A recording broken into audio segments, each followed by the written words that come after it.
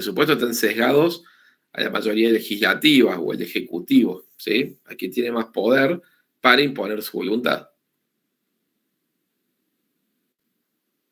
En los procedimientos colegiados son determinados a partir de un conjunto de representantes que se reúnen en comisión, ¿sí? Y permite un chequeo y control más democrático de las etapas del proceso, ¿sí? Ventaja, se garantizan los derechos de las minorías. Como desventaja, puede demorarse mucho la implementación de ajustes, ¿sí? En caso de que sea necesario, porque las iteraciones de la discusión son mucho más cantidad y mucho más profundas, porque están más empoderados todos los actores.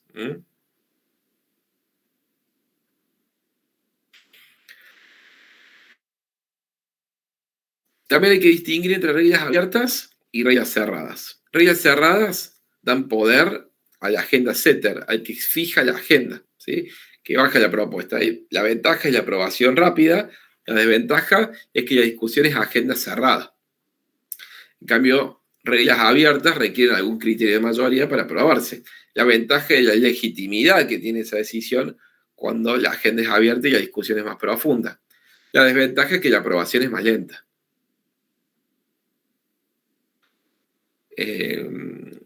Ejemplo intermedio, observación. La posibilidad de modificar el presupuesto incrementa la acción de los grupos de interés a través de los legisladores o del lobby, ¿sí? Que ustedes saben que en política, en blanco o no en blanco existen. En Argentina el lobby no está regulado, en Estados Unidos sí, pero en cualquier caso existe.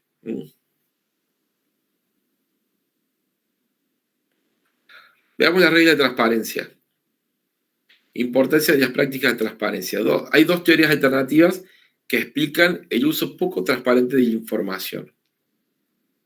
La ilusión fiscal. Los votantes son naivos y están mal informados, por lo tanto subestiman los costos de los programas públicos presentes y futuros. O sea, están de acuerdo con la idea de incrementar el presupuesto en forma informada, suponiendo que nadie paga, ¿sí? Con votantes racionales, la ambigüedad del manejo de la información puede resultar la mejor estrategia para dar ventaja a los políticos, ¿sí?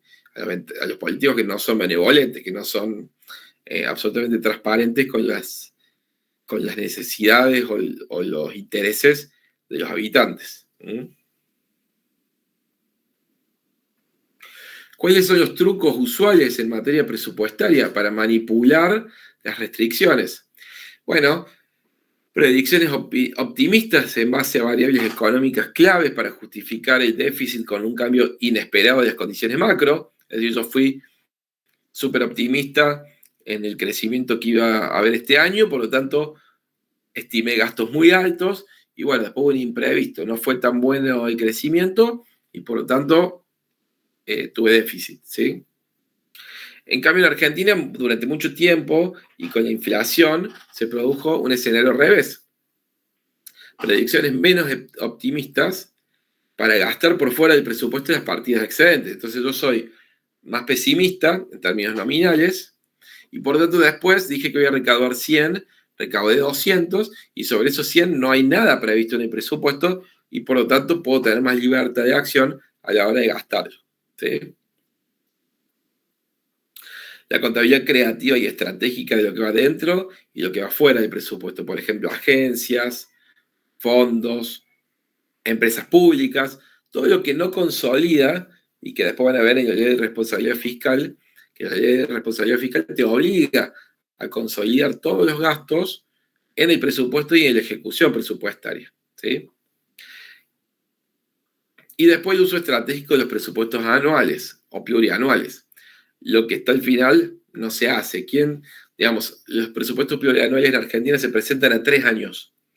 Imagínense la certeza que puede llegar a tener con las imprevisibilidades que tenemos en la macro argentina un presupuesto para el año 2027, ¿sí?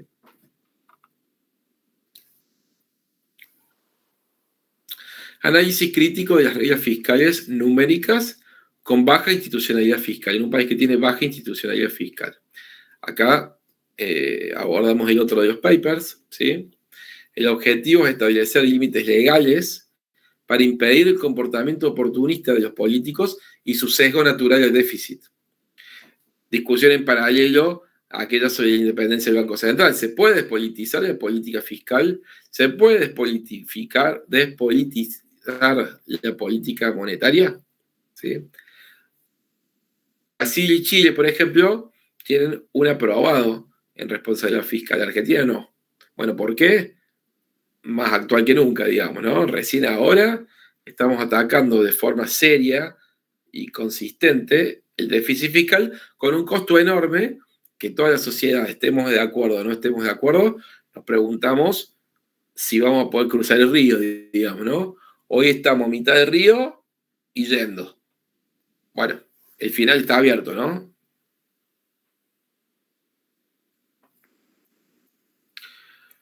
Claves para los objetivos numéricos. Los objetivos numéricos tienen que ser claros, tienen que ser medibles y tienen que ser lo más amplios posibles.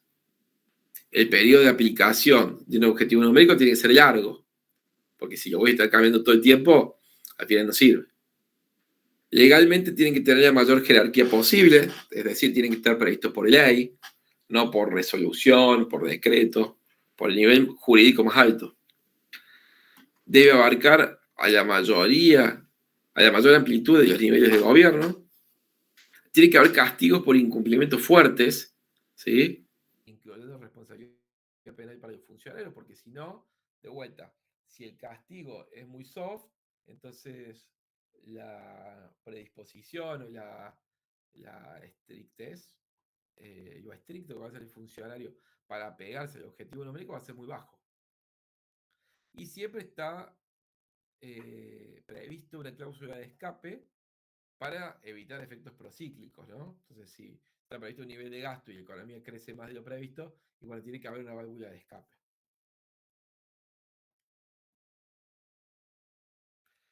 ¿A qué problemas nos encontramos? Bueno, un problema muy conocido por ustedes, que es el principal agente, ¿sí? Donde hay información asimétrica y hay problemas de representación, donde la política puede diferir de lo que es más deseable para la sociedad. Puede haber problemas de cooperación, interacción entre grupos nacionales o subnacionales, problemas de los fondos comunes, como los bienes públicos, que los hemos estudiado en profundidad, y puede haber inconsistencias temporales entre los votantes presentes y los futuros. Los votantes no coinciden a lo largo del tiempo y por lo tanto puede haber una inconsistencia intertemporal entre quien votó hoy con sus deseos y quien va a votar dentro de, supongamos, 4 años con sus propios nuevos deseos. ¿Sí? A lo mejor se cumplió el objetivo numérico, pero el nuevo votante no es lo que quiere. Y acá llegamos específicamente a Argentina, a una ley que tenemos vigente, que es la ley de responsabilidad fiscal. El objetivo de esta ley es la transparencia fiscal.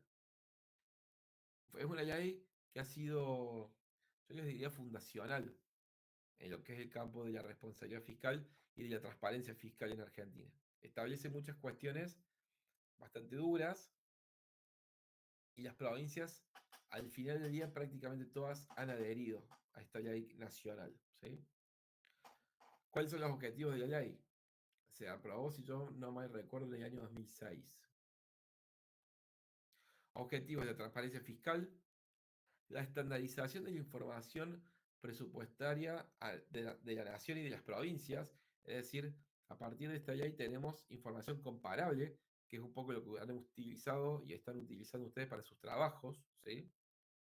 Se puede establecer una pauta macrofiscal común, se limita el gasto primario, se indica cómo se ejecutan los presupuestos de forma equilibrada, se limita el endeudamiento provincial, se sugiere la creación de fondos anticíclicos, que eso mucho no ha caminado, y se crea el Consejo Federal de Responsabilidad Fiscal para establecer castigos, que una de las críticas es que son muy leves. Por lo tanto, el funcionario no tiene tanto miedo a desapegarse de la responsabilidad fiscal. ¿Sí? Bueno, hay un poco de redundancia normativa respecto a otras normas que ya existían, pero la verdad que se convierte en un texto ordenado y moderno, digamos, la ley de responsabilidad fiscal. Hay una influencia del Fondo Monetario. En su momento era parte del acuerdo, digamos, del Fondo Monetario, y ponía y trataba de sugerir la importancia de las reformas fiscales y del establecimiento de las reglas. En la revisión del 2004, el fondo insistió en que se esperaba asegurar un consenso en torno a la nueva legislación para proveer una solución duradera definitiva, y el fondo también proclamaba la reforma de la coparticipación, que nunca llegó, y que de hecho la reforma de la coparticipación, que en el último capítulo lo van a ver, que es federalismo fiscal, ya en la Constitución del año 94 estaba previsto una reforma del sistema de coparticipación que nunca llegó. ¿Sí? Entonces, en un análisis sintético de los capítulos de la Ley de Responsabilidad Fiscal, hay una previsión de recursos, hay un límite al gasto, hay restricciones al déficit, se limita el nivel de deuda que se puede tomar, y sobre todo lo que se limita son los servicios de la deuda en términos de los ingresos al 15%. O sea, los servicios de la deuda, es decir, capital más intereses, nunca puede ser superior al 15% de los ingresos. ¿Sí? Y hay normas en esa ley de transparencia. Es una ley bastante fundacional del nuevo sistema. ¿Sí? A finales de 2009 se aprobaron algunas excepciones temporarias al régimen de responsabilidad fiscal para el 2009, 10, 11 y 12, que fueron años recesivos. ¿Cuál era la condición original? Que la tasa de crecimiento del gasto público primario no podía superar la tasa de crecimiento del PBI. O sea, que no hubiera un crecimiento en términos reales de gasto primario. ¿Sí? ¿Qué se proponía? Se excluyó del tope del incremento, los fondos que promueven la actividad económica para sostener el empleo y dar cobertura a emergencia sanitaria y asistencia social. Es decir, se legalizó la contabilidad creativa para vulnerar esos topes comprometidos. Por lo tanto, Argentina por eso tiene un menos frente a Brasil o Chile, que han conseguido cumplirlo, digamos. Nosotros ya ahí nomás hicimos trampa al poco tiempo. Profe, ¿podés repetir, explicar eso más en profundidad? Porque Sí, la regla básica que está prevista en la ley de responsabilidad fiscal es que la tasa de crecimiento del gasto público primario no puede exceder la tasa de crecimiento del PBI. Es decir, no puede haber un crecimiento del PBI en términos reales. ¿Ok? ¿Hasta ahí? sí, sí, sí, sí. Bien. ¿Qué se propuso para años recesivos? Dijeron, bueno, no, pará. De este tope vamos a excluir los gastos que promuevan la actividad económica, que ayuden a sostener el empleo, que ayuden a la asistencia social. Por lo Pero eso tanto, es subjetivo, digamos. bueno, por No es eso, que en gastos de definitiva, estas categorías, depende, no hay un estándar. por eso en definitiva, el paper concluye que se legalizó la contabilidad creativa. ¿Sí? ¿Para qué? Para cumplir el ratio que dice la ley original, pero estos otros gastos no, este promueve el empleo, este da asistencia social, este da cobertura, ¿entendés? Sí, sí, sí, tremendo. Y una pregunta, porque Otro. recién usted mencionaba que Argentina tiene un menos en comparativa con el resto de los países de la región. ¿Hay algún nivel de medición de Sí, responsabilidad fiscal a nivel regional, a nivel país, a sí. nivel subnacional? No sé si a nivel tan detallado, pero en el paper, creo que no está en la Filmina, pero en los papers sí hay comparaciones. Sí. Cuando lean el paper van a encontrar las comparaciones. Bárbaro, gracias. Pero no es que hay un organismo internacional que mide eso. No, no, porque cada estado es soberano, digamos, nadie se puede meter en eso. Pero bueno, por algo nuestro riesgo país, aún con toda la baja que tuvo, es 2 veces y media el de Chile, digamos. No vayamos a Chile, Colombia, Perú, Paraguay. O sea, habiendo perforado 1000 puntos, estamos todos festejando. Habiendo perforado 900 puntos, estamos todos festejando. Los países de la región tienen 400 puntos como máximo. ¿Está bien? Nosotros venimos de 2.000 puntos. Está bien que festejemos, pero falta mucho. Profe, una pregunta. Sí, ¿Es sí. normal esto que se dio que las empresas privadas puedan acceder a un financiamiento más barato que, digamos, lo que indica el riesgo país? En ¿Cómo funciona? realidad no es normal. Argentina no es un país normal. El mundo le cree más a algunas empresas privadas que al soberano, básicamente. ¿Sí? Igualmente, tengan en cuenta que no son cualquier empresa las que están emitiendo. Son empresas, Telecom es la excepción, pero el resto son más bien energéticas, ¿no? Eh, Telecom puede hacer una emisión chiquita, pero el resto son todas empresas sobre las que existe expectativa que van a ser, digamos, los sectores por los cuales Argentina puede salvarse. YPF, YPF Luz, Pero incluso MSU. empresas con capitales estatales, como IPF. Exacto, sí, pero tiene otra dinámica, digamos, ¿está bien? Otra credibilidad. Claro. O sea, YPF va a manejar vaca muerta, digamos, y todo lo que se dice vaca muerta es cierto. La única duda es si vamos a tener el potencial, si el potencial se va a concretar, si vamos a poder explotarlo. Pero bueno, el potencial está ahí, es concreto. Entonces, por eso YPF, o empresas como Pan American Energy, o YPF Luz, o Albanesi, pueden salir a los mercados internacionales con algo, digamos, ¿no? Tampoco son importantes los volúmenes ni tan largos los plazos, pero sí, han podido salir antes que el soberano. Y profe, ¿y eso te habla de para dónde va el riesgo país? ¿Es como una buena señal o no se puede tomar así? No, no, yo no tomaría así. Eh, digamos, en niveles para que el soberano pueda emitir deuda y el riesgo país debería llegar a 600 puntos, 700 puntos, ¿no? Falta todavía. ¿Y eso se podría hacer con cepo o no? ¿Podría Sí, llegarse podría ahí? pasar con cepo. Sí. Lo que no va a pasar con cepo son inversiones extranjeras directas, ¿no? Eso no va a pasar con cepo. Pero, a ver, yo la semana pasada estuve en Washington, en la jornada del Fondo Monetario y en todo lo que se arma alrededor. Estuve en JP Morgan, estuve con fondos y básicamente a Argentina se le critica para salir dos cosas, brecha y cepo. Brecha porque quiere decir, digamos, cepo porque todos te dicen, no sé, no voy a poner plata donde no sé si la voy a poder sacar, básicamente. Y brecha porque el gobierno abandonó todas las banderas para bajar la inflación. Y dentro de las banderas que abandonó fue la acumulación de reservas. Y la única forma de que vos me puedas pagar una deuda es acumulando reservas. Si no tenés reservas, no me vas a poder pagar. Y no solamente que no tenés, sino que ya dijiste que no te importa mucho tener.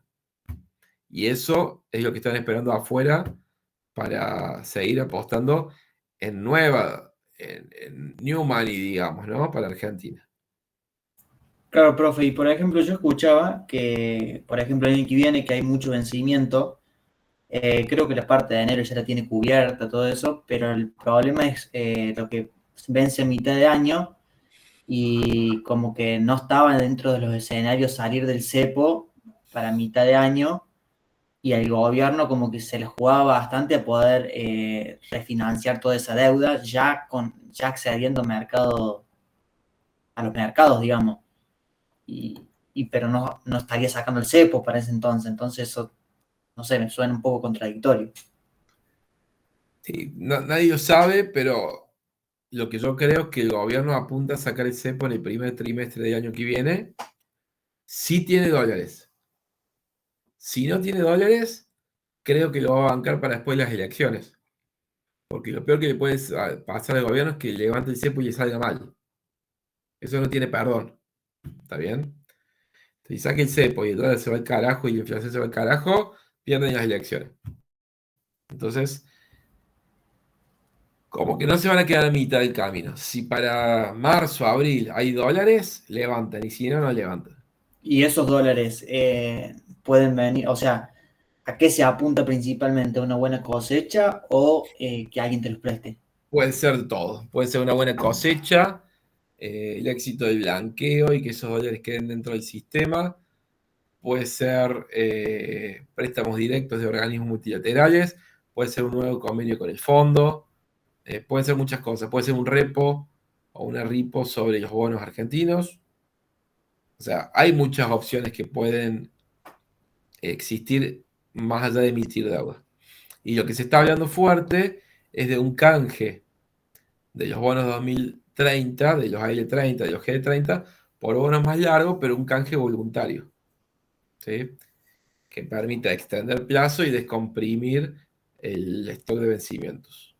Y para salir de cepo más o menos, ¿cuánto necesitas? ¿15.000 millones? O... Yo creo que con 10.000 millones ya salen, pero bueno. Porque yo he escuchado a uno que trabaja en el Geral, que no me acuerdo el nombre ahora, que él decía, salir de cepo no es una cuestión de stock, sino una cuestión de flujo. Entonces... La economía es una cuestión de flujo. Y entonces, ¿para qué necesitas reservas si vos ya tendrías el mercado equilibrado cuando vos quieras salir? Digo, ¿es por las dudas? No, porque justamente cuando vos levantes el cepo vas a tener un problema de flujo. Todos los pesos se van a querer el dólar. ¿Eso Si es no, sí o sí? ¿O también tiene que ver con cuánto se apreció tu moneda? ¿O sí o sí? es que mirá, dada la historia argentina, va a pasar. Entonces tenés que tener stock para responder el flujo. El mercado cuando salga el cepo va a probar los límites. Y si no tenés dólares, vas a fallar, digamos. Es como la prueba de fuego. Por eso la patean y no tienen apuro, pues no puede salir mal. A Macri le salió mal y le costó el resto del gobierno. Entonces, lo único que tienen por cierto es que no van a salir si ven un riesgo de que salga mal. Y ellos están esperando que se unan, porque como vemos ahora que todos los dólares bajan y todo eso. Pero eso es todo artificial. O sea, si vos tenés el dólar tarjeta en 1600, medio muy raro esta Sí, por eso. unificación. Los dólares para mí sí están atrasados y no hay ninguna posibilidad de unificar el tipo de cambio oficial. Todo esto está pasando porque hay un flujo de capitales que está entrando que tiene que ver con el blanqueo principalmente, intervenciones del gobierno para que pase, porque lo han legalizado. O sea, no se está apreciando la moneda con la velocidad que se está apreciando, porque es fuerte, por causas naturales, ¿no? Con cepo no pasaría, sin cepo no pasaría esto. El dólar estaría en 1.500.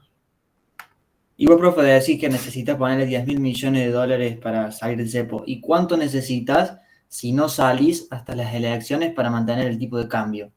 Más o menos, no sé. Para mantenerlo, no, para mantenerlo con Crowley Peg, ¿no? Claro. Nada, porque nadie puede comprar dólares, hay cepo. Y pero ponerle para que no se te vaya el MEP y...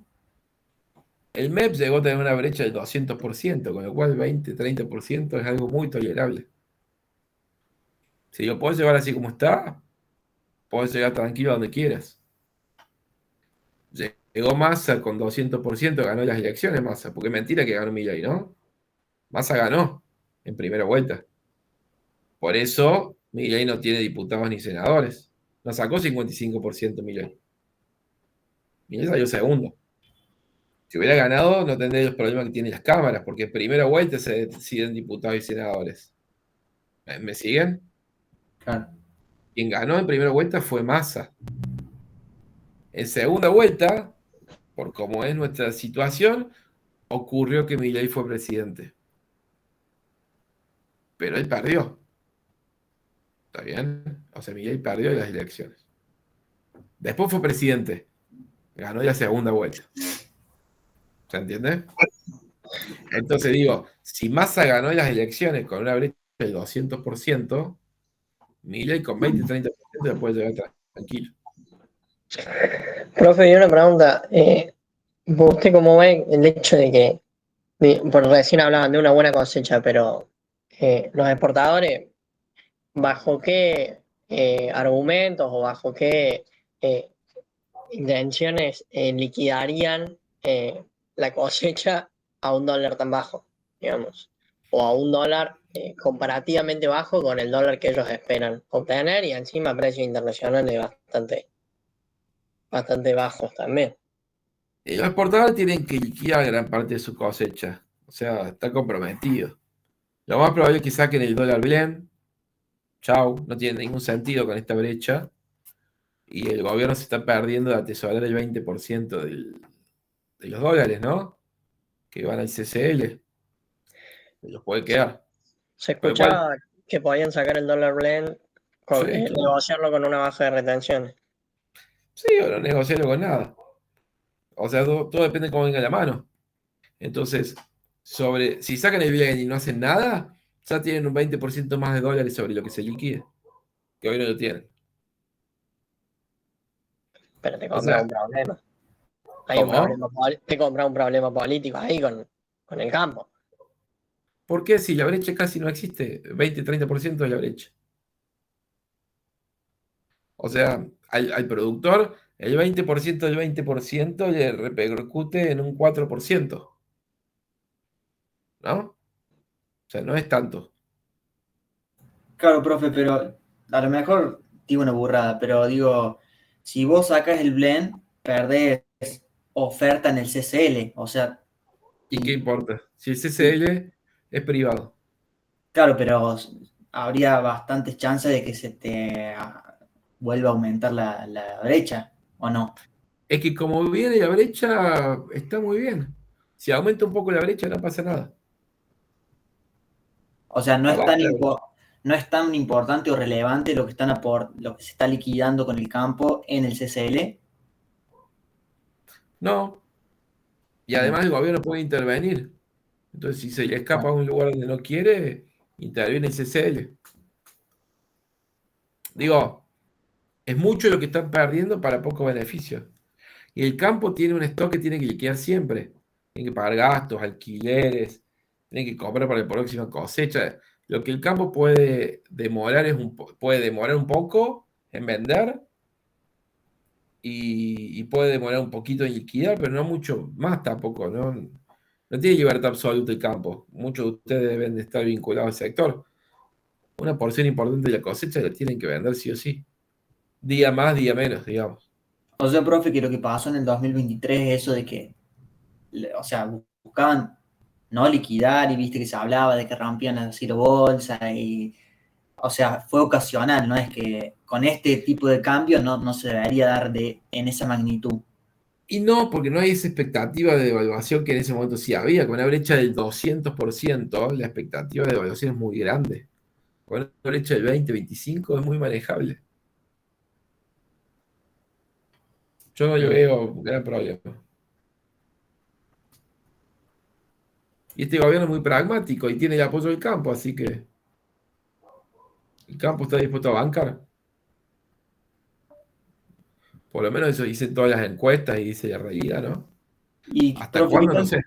qué tanto pegaría la salida del cepo en un primer trimestre en las elecciones? Porque, o sea, yo por lo que estuve escuchando, no es tanto lo que pasa a nivel país, que eso ya está, o sea, la votación a nivel país que está bastante encaminado, sino lo que se fijarían más en la provincia de Buenos Aires.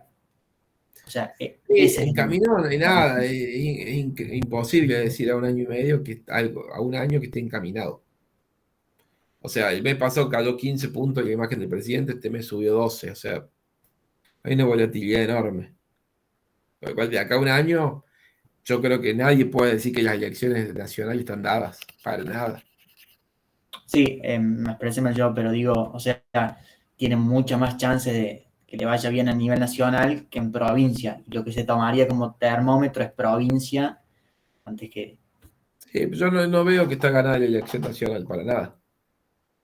Y Para salir nada. del cepo sería, o sea, sería un factor que impacta en el votante o no llegaría en los meses hasta las Es elecciones. que sí.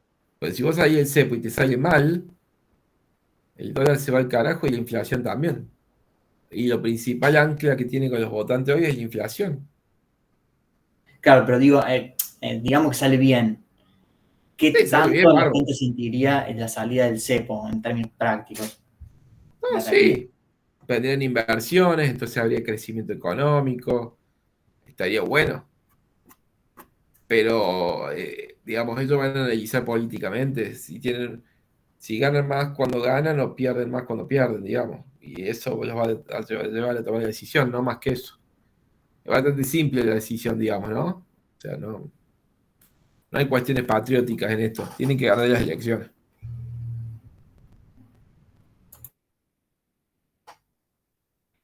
O sea que hay que sacar el cepo, no hay duda. Lo sabe todo el mundo.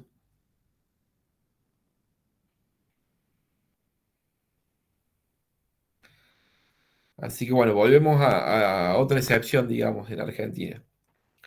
La condición original de la ley establecía que el gobierno nacional, las provincias y la ciudad autónoma de Buenos Aires deberían ejecutar presupuestos preservando el equilibrio financiero. ¿Sí? Se propuso considerar los gastos que promuevan la actividad económica por fuera de esta restricción. ¿Sí? Un poco en línea con lo que decíamos antes. Es como que acá hacemos la ley y hacemos la trampa al mismo tiempo.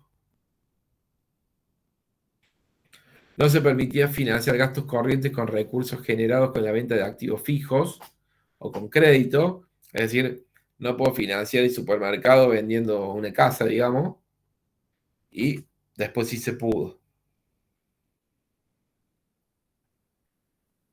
Los servicios de deuda no podían superar el 15%, que es lo que decíamos, de los recursos corrientes netos, después se pudo.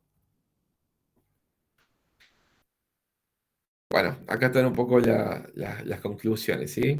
Quizá la gran virtud de la ley de responsabilidad fiscal simplemente fue convertirse en un vehículo para que las sociedades construyan consensos en torno a tomar decisiones de asegurar solvencia del sector público. Pero los frutos quizás los estamos viendo más hoy que en esa instancia, ¿no? Que en ese momento. No debiera esperarse que una regla por sí sola sea suficiente para generar sustentabilidad fiscal, ¿sí? Sobre todo cuando existe baja reputación en cumplir con la ley de responsabilidad, con el equilibrio fiscal y bajo nivel de cumplimiento de las leyes, bajo nivel de institucionalidad. En estos contextos, la ley de responsabilidad fiscal y su incumplimiento puede deteriorar aún más la institucionalidad fiscal, porque escribo algo para no cumplirlo, mejor no hubiera escrito nada. ¿Sí? Bueno, acá tienen un cuadro de comparación justamente de Argentina y Brasil. En el paper está más ampliado, incluso con gráficos, tanto en recursos como en gastos. En el caso de Argentina, la previsión de los recursos en el periodo siguiente debe basarse en la ejecución presupuestaria del ejercicio anterior, detallando las variables y factores que se tuvieron en cuenta. En el caso de Brasil, las proyecciones de recaudación anual son una metodología que tiene en cuenta los parámetros macroeconómicos acordes al contexto económico de ese momento. ¿Sí? Y se va revisando continuamente y se va contextualizando. En línea con metas fiscales a 3 años y un presupuesto plurianual. ¿Sí? Bueno, esto un poco compara Argentina con Brasil, ¿sí? En distintos rubros. Y por último, creo que este es el capítulo, el tercero y último, del último paper. ¿Qué pasa con los consejos fiscales? En años recientes, cada vez se crean más agencias independientes, ¿sí? Con un control de perro guardián que incide en el debate de política fiscal sin ser hacedor de política.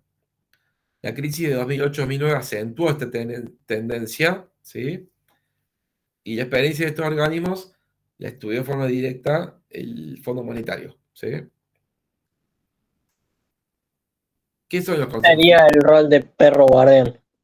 Perro guardián es como que saltan bajo determinadas circunstancias, ¿sí? No hacen política, están mirando, más que nada. Es un controller, ¿sí? Pero no toman decisiones de política económica. Acá está un poco lo racional definiciones y modelos. Existen sesgos que provocan alejamiento de las políticas óptimas en la realidad, ¿sí? En el ámbito fiscal se destaca el caso de la tendencia al déficit, al endeudamiento y a la prociclicidad del gasto. Cada uno de estos tres temas los fuimos estudiando a lo largo de estos meses, ¿sí? Hay distintos modos de subsanarlos. Una son las reglas fiscales que dijimos, directas o indirectas. Por otro lado, puede haber autoridades independientes que tienen garantías de libertad, de objetivos claros y de control. Y por último, puede haber influencia y persuasión, arreglo institucional más débil, como lo son los consejos fiscales, ¿sí? Que son los que vamos a hablar ahora. Para abarcar los modelos institucionales existentes, hace falta una definición amplia de los consejos fiscales. El consenso afirma que son instituciones públicas independientes que informan sobre el debate público de la política fiscal. Son instituciones que están hechas justamente para ser perros guardianes, ¿sí? Su objetivo es ese. En un artículo muy famoso del año 2013 del Fondo Monetario, lo deben haber visto para varias cosas, me imagino, ¿sí? Y en varias materias, habla de la definición más precisa. Dice que es una agencia permanente con mandato legal de evaluar política fiscal, los planes y su performance respecto de la macroeconomía de manera pública, independiente de la influencia partidaria, ¿sí? No necesariamente tiene que ser una entidad autocontenida, es decir, que sea único fin, digamos, ¿sí? Pero la definición es una agencia independiente, pero que tiene mandato para controlar. ¿Qué funciones puede tener? Puede contribuir al uso de pronósticos macrofiscales insesgados, ¿sí? Identificar las opciones de política fiscal sensibles y eventualmente hacer recomendaciones. Facilitar la implementación de reglas fiscales numéricas y estimar el costo de nuevas iniciativas de política fiscal, ¿sí? Se espera que evite la subestimación de costos y la sobreestimación de recursos. Es como que se crea un órgano que no hace más que controlar, pero sin un rango de control constitucional o legal. Es un consejo asesor, digamos. Los consejos fiscales pueden manifestarse como una entidad autocontenida e independiente sin enlace orgánico con los hacedores de política, formalmente bajo una rama del Poder Ejecutivo o del Poder Legislativo, necesariamente con una garantía de independencia, porque si no, al menos en la forma, si no, no sirve nada. Y puede estar asociado a otro organismo independiente, como por ejemplo el Banco Central o una oficina de estadísticas, ¿sí?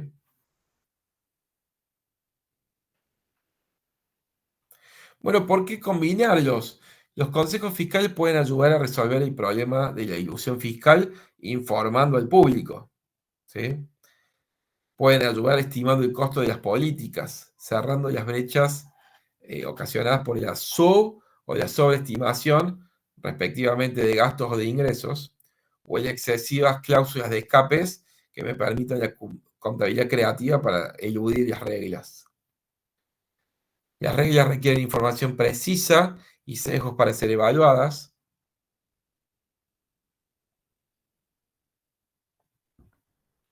Y la existencia de reglas te da un estándar objetivo para que el Consejo pueda evaluar la política. Estamos hablando de cómo combinar reglas fiscales con un consejo, ¿sí? Efectividad de estos consejos fiscales. Bueno, no es una variable directamente medible, no puedo tener un parámetro objetivo, ¿sí? Tienen dificultades complejas de resolver respecto a la causalidad de las cosas, si tal control tuvo o no que ver con su accionar. O sea, esto tuvo una correlación, pero ¿hubo causalidad o no? Entonces se plantea una estrategia centrada en correlaciones simples entre características de los consejos fiscales y tres variables de interés: la performance fiscal, el impacto en la prensa del consejo fiscal, cuántas veces he citado este consejo para ver qué relevante es, y la calidad de los pronósticos presupuestarios viendo los sesgos y los errores, ¿sí? Lo difícil de determinar en estas correlaciones de vuelta es si hay causalidad o no, más allá de que haya correlación. Entonces, para ver la calidad de los pronósticos, el Consejo Fiscal coincide con pronósticos presupuestarios menos errados cuando es el mismo el Consejo el encargado de evaluarlo, cuando tiene un presupuesto monetario asegurado independiente, cuando tiene un alto impacto en los medios y cuando monitorea cumplimiento de reglas numéricas, que son muy objetivas, digamos. En esos casos aumenta la calidad de los pronósticos de estos consejos. ¿Qué lecciones aprendemos y qué recomendaciones tenemos? Cada país debe establecer el diseño que se ajuste a su marco institucional y a sus propias necesidades. No hay un tamaño de consejo único, ideal, ¿sí? Depende de las tareas que se le van a encargar. Los consejos, cuando son nuevos, requieren un fuerte marco legal para bancar su independencia y construir a lo largo del tiempo su reputación. Al principio su reputación es nula, ¿sí? Lo tiene que construir. Siempre va a haber intentos de interferir de la política. Voy a tratar de recortarte el presupuesto, voy a tratar de controlarte los programas, de demorarte las autoridades, etcétera, ¿sí? Para autopreservarse del ciclo político, debe evitarse que estos consejos tengan un perfil partidario, ¿sí?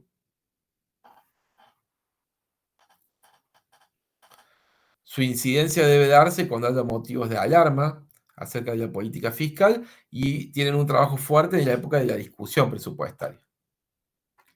Tendrán más impacto si hay un consenso político fuerte acerca de la necesidad de que las finanzas públicas sean sanas, y van a tener menos impacto cuando a nadie le importe, ¿sí? Hacen falta estándares de comparación, mejor si hay reglas fijas. Generalmente sus pronósticos van a ser más ajustados a la realidad que los oficiales y van a tender a mejorar además con el paso del tiempo. Y su participación en estimación de costos va a mejorar la transparencia del resto del sistema. Por eso, estas son las ventajas, digamos, que puede tener un consejo fiscal instrumentado de esta forma. Prerequisitos para que esto funcione: el sistema de manejo de finanzas tiene que ser sólido y tiene que haber un buen caudal de estadísticas, y no es necesario aplicar un modelo institucional particular, puede funcionar con distintos modelos institucionales. ¿Cuál es la tarea del consejo? Definir claramente e implementar su presupuesto. Su trabajo se tiene que centrar en el análisis positivo, o sea, en lo que ocurre, ¿sí? Y en lo normativo solamente en algunas cuestiones particulares. Deberían permitir maximizar el cumplimiento de reglas numéricas, que son las más fáciles de medir.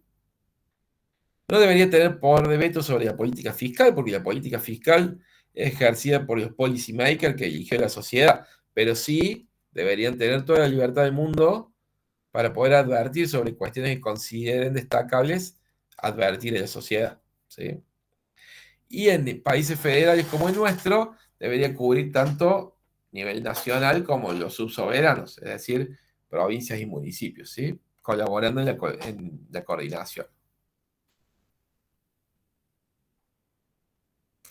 En países ricos en recursos naturales, puede ayudar a la equidad intergeneracional del gasto, porque no está bueno que la generación actual se queme los recursos naturales del país completo, digamos.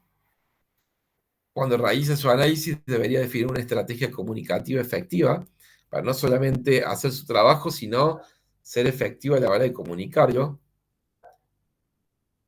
Tiene que asegurarse su independencia, ya lo dijimos antes. Y hay también distintos modelos institucionales.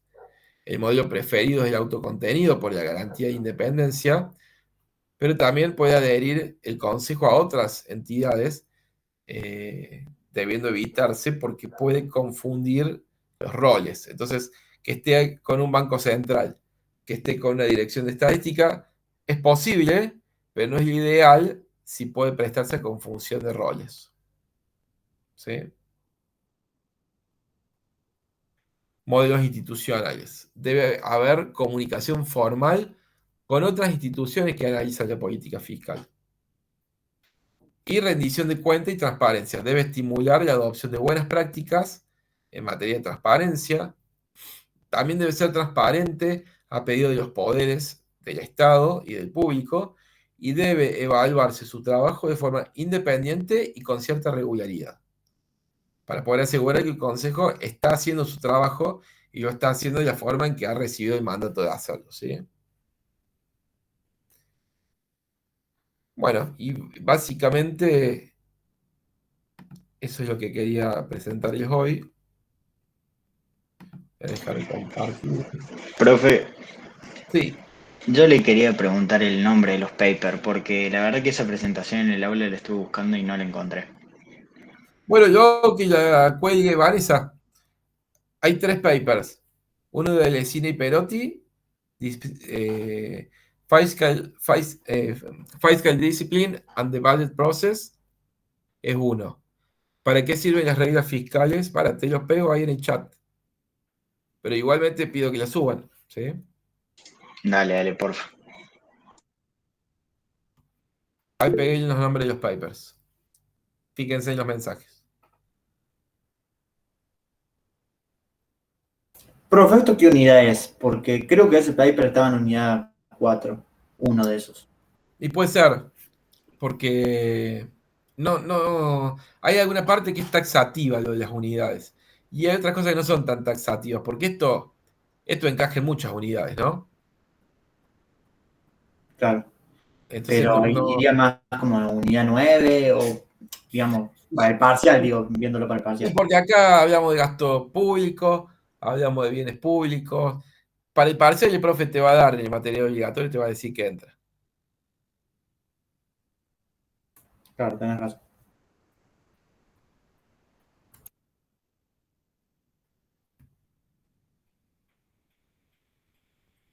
Profe, tengo una consulta.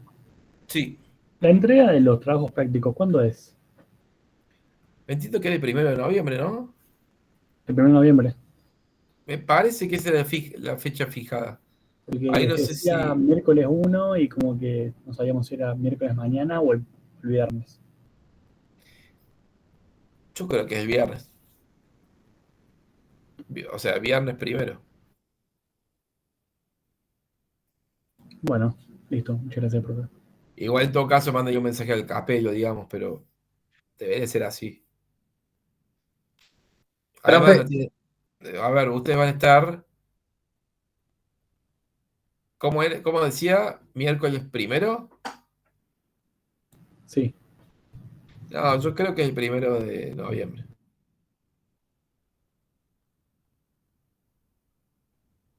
bueno, listo entonces. Profe, una consulta. Sí. La unidad 9 no entra al segundo parcial, ¿no? Pregunto por la bibliografía que subieron al aula virtual, la obligatoria. No te ¿Queda sabría decir, como- pero si no está, no está. Listo. Entonces, por más que se den clases la unidad 9, nos guiamos por lo que está subido de bibliografía obligatoria. Bibliografía obligatoria. Subida este año, fíjense que no sea del año pasado o de hace De 5 años. 2024, del capítulo Eso es 5 lo que entra. Bien, Entra lo que el profe dice que entra. gracias. No, de nada. profe, una pregunta. Usted mencionaba recién que se supone que no deberían estos consejos tener algo, o sea, deberían tener voz, pero se supone que no debería estar tensionado o vinculada a algún interés partidario o algún. Digo, y eso también en Argentina no siempre se cumple, ¿no? Definitivamente, los consejos fiscales no funcionan directamente en Argentina. ¿Y qué ejemplo de un consejo fiscal que sí funciona No es que no hay acá. en Latinoamérica, en el mundo? Bueno, sí, ahí en el paper están, pero es para ponerse a estudiar casos. Funcionar perfecto no funciona ninguno, ¿no? Todos tienen pros y contras, tienen ventajas y desventajas. Mm. Son una forma blanda de abordar el asunto. Igualmente, una institución se para desde un posicionamiento, digamos, es difícil que se pare desde la objetividad absoluta porque no existe. No, claro. Subjetividad va a haber, y por eso decíamos, mientras más cuestiones objetivas haya, más fácil va a ser para ellos hacer su trabajo. O sea, hay una regla numérica, se cumple o no se cumple, punto.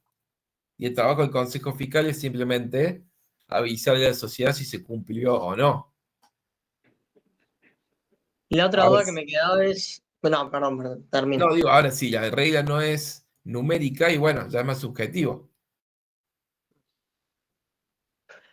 La otra duda que me quedó es, usted mencionaba que, digamos, esta idea de es peor escribir una ley y no cumplirla a no haberla escrito en una primera instancia. Digo, ¿cómo se le podría dar más, no sé si más peso o más eh, previsibilidad a esta idea de la responsabilidad fiscal?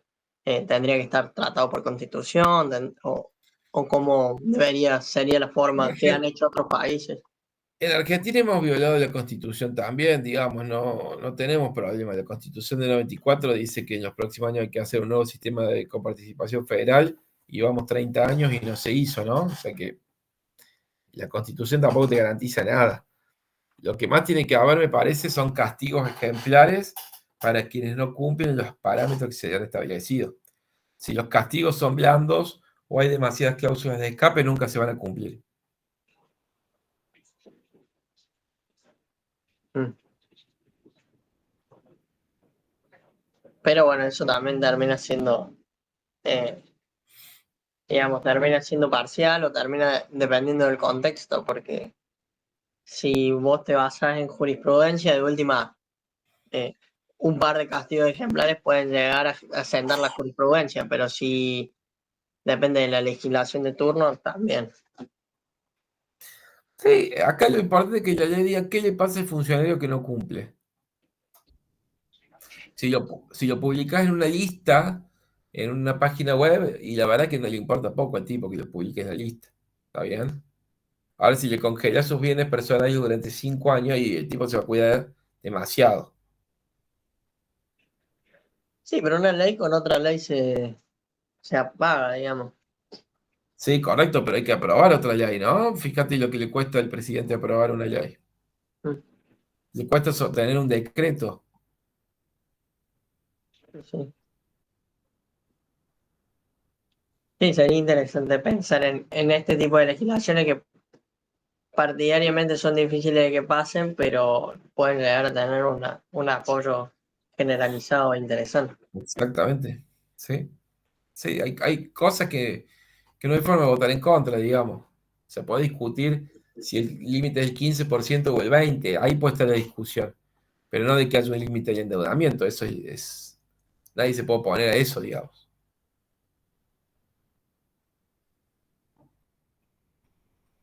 Pero, y por ejemplo, en ese sentido, las provincias no serían soberanas, digamos, con su propia administración y sus propios recursos. Sí, por eso tienen que adherir a la ley de responsabilidad fiscal. Por defecto es una ley nacional que invita a las provincias a adherir. Ahora, cuando la provincia adhirió, ya está obligada porque adhirió en forma voluntaria. Sí, sí, sí, no tiene que pagar el costo político de no adherir. Si no adhiere, no le van a venir los recursos, digamos. Que de Totalmente. hecho así fue. Si las provincias no adhirieron porque son todas comprometidas, adhirieron porque si no tenían represalias, digamos.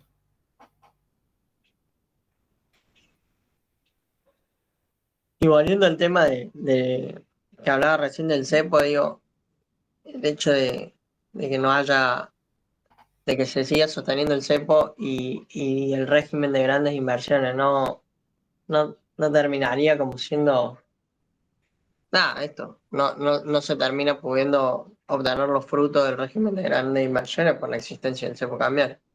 Claro. Mientras haya cepo no van a venir grandes inversiones, es de manual, digamos. Es manual. Si hay cepo, no hay inversiones.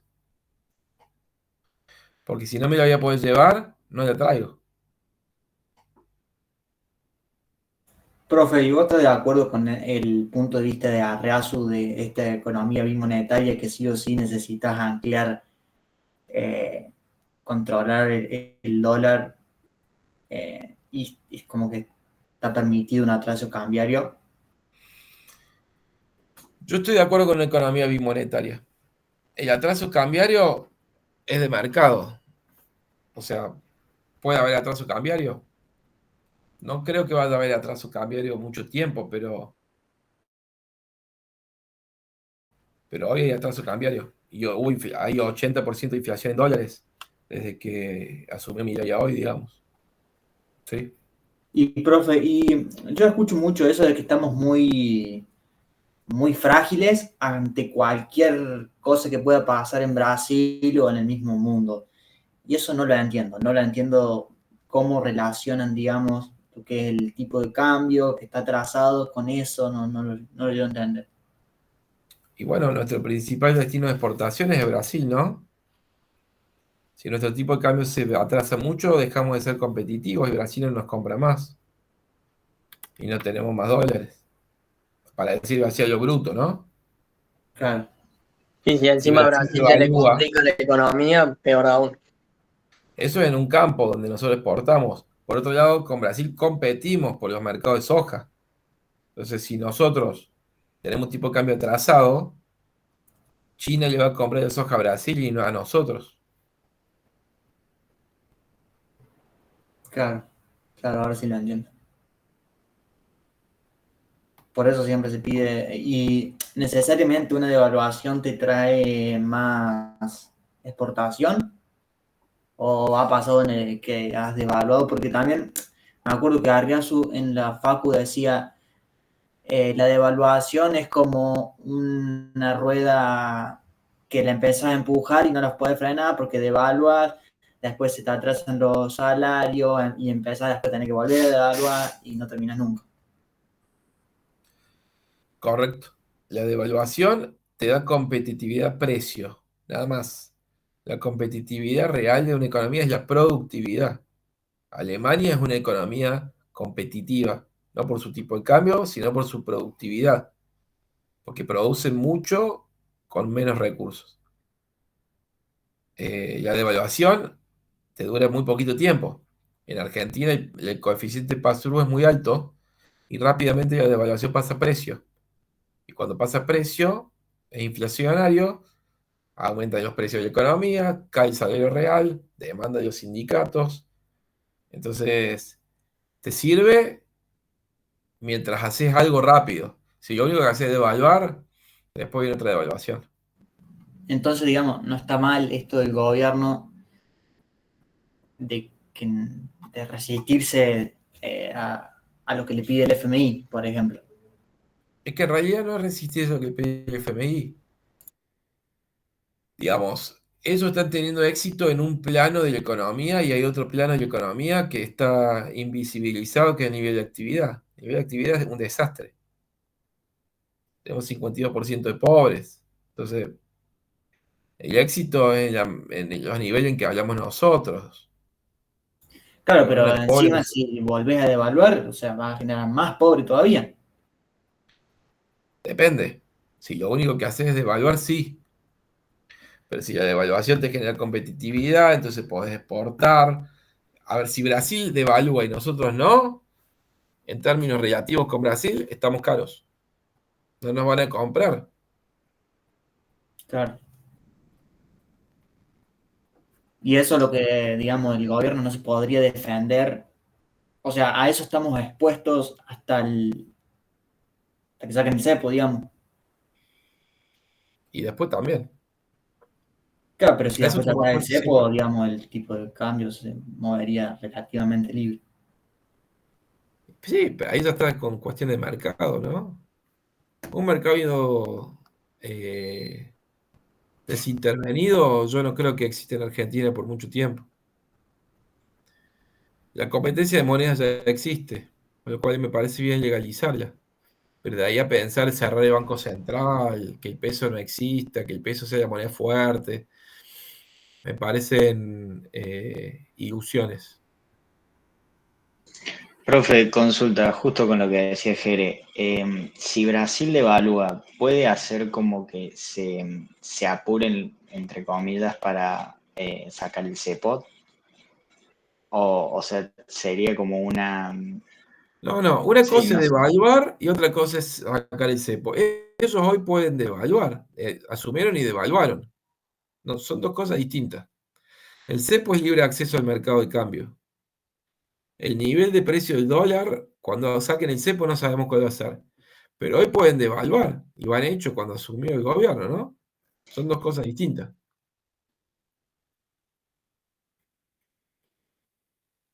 ¿Se entiende? No, sí, pero, o sea, comprendo, sino que tal vez como que veían la pérdida de competitividad y que no entraban tantos capitales, que se iban, como vos decías, Brasil se hacía más barato, nosotros más caros, entonces capaz como que ellos veían de apurarse a hacer todo eso. O sea, era como una suposición por eso que Sí, pero en dije. ese caso lo más fácil es devaluar y listo. Con cepo.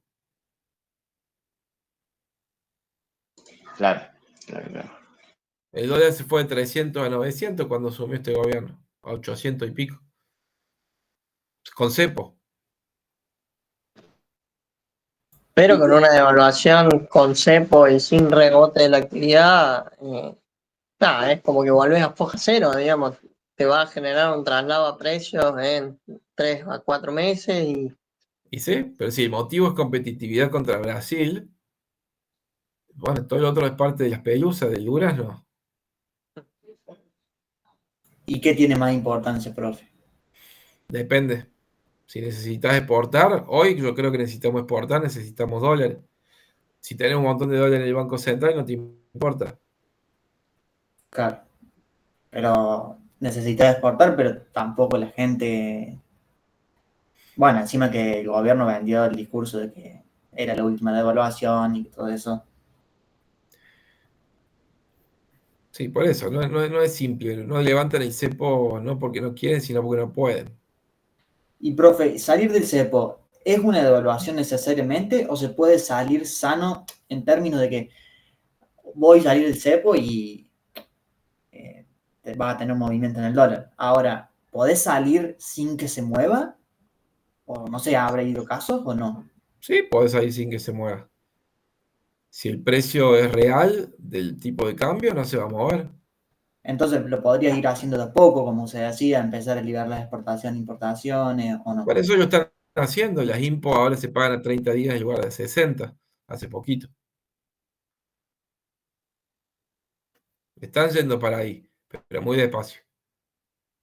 ¿Cuál sería el siguiente paso? Por ejemplo, todo lo que es el flujo de capitales, o sea, de los mercados financieros que tienen, no puedes sacar plata, querés meter y te cobran, Eso va a eso ser lo último. a lo último. Y sí, Y no es importante la cantidad que te pueda entrar por esa parte. no la veo. Ajá, Hay más pesos esperando para salir que dólares esperando para entrar. claro.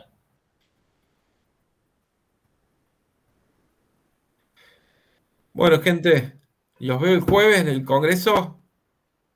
Dale, profe. y El profe. Nos Un vemos saludo. mañana. Mañana voy un rato yo mismo de Facu, pero el jueves seguro.